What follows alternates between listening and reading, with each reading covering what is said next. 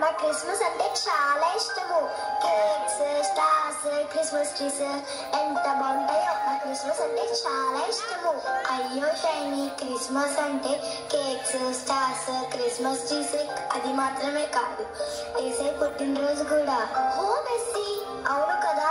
నన్ను ఇంతవరకు ఎవరు క్రిస్మస్ సెలబ్రేషన్స్ కి పిలవలేదు. నేను కూడా అలాంటి క్రిస్మస్ సెలబ్రేషన్స్ కి వెళ్ళలేదు. ఇప్పుడు నువ్వు పిలిచావు కదా, నేను తప్పకుండా వస్తాను. అయితే పద, క్రిస్మస్ కిట్ ప్రజెంట్ చేస్తున్నారు. నీకు క్రిస్మస్ గురించి పూర్తిగా అర్థమవుతుంది. ప్రజలు రక్షకుడైన మెస్సియా కొరకు కనిపెట్టుచున్న దినములలో గాబ్రియేలు అను దేవదూత గలిలయలోని నజరేతు అను ఊరిలో దావీదు వంశస్థుడైన యోసేపు అను ఒక పురుషునికి ప్రదానము చేయబడిన కన్యక యొద్దకు దేవుని చేత పంపబడెను. ఆ కన్యక పేరు మరియా. దయాప్రాప్తురాలా, నీకు శుభము, ప్రభువు నీకు తోడై ఉన్నాడు. ఈ శుభవచనం ఏమిటో? మరియా, భయపడకుము, దేవుని వలన నీవు కృప పొందితివి. ఇదిగో, నీవు గర్భము ధరించి కుమారుని కని ఆయనకు యేసు అని పేరు పెట్టుదవు.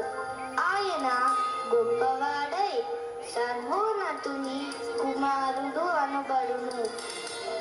నేను పురుషుని ఎరుగని దానిని, ఇది ఎలా జరుగును?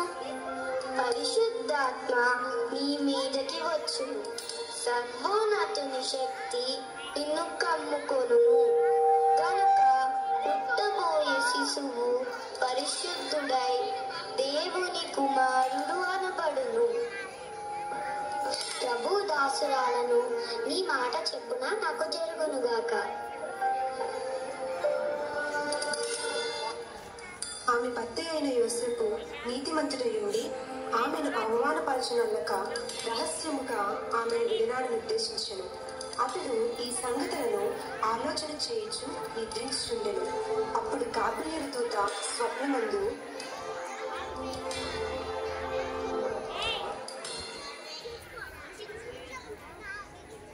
దావీదు కుమారుడైన యోసేపు, నీ భార్య అయిన మరియను చేర్చుకొనుటకు భయపడకు. ఆమె గర్భము ధరించినది పరిశుద్ధాత్మ వలన కలిగినది. ఆమె కుమారుని కనును.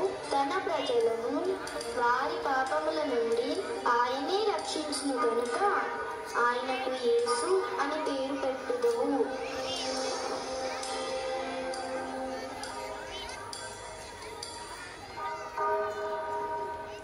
యోసేపు నిద్ర మేలుకొని ప్రభువు దూత తనకు ఆజ్ఞాపించిన ప్రకారము చేసి తన భార్యను చేర్చుకొనెను.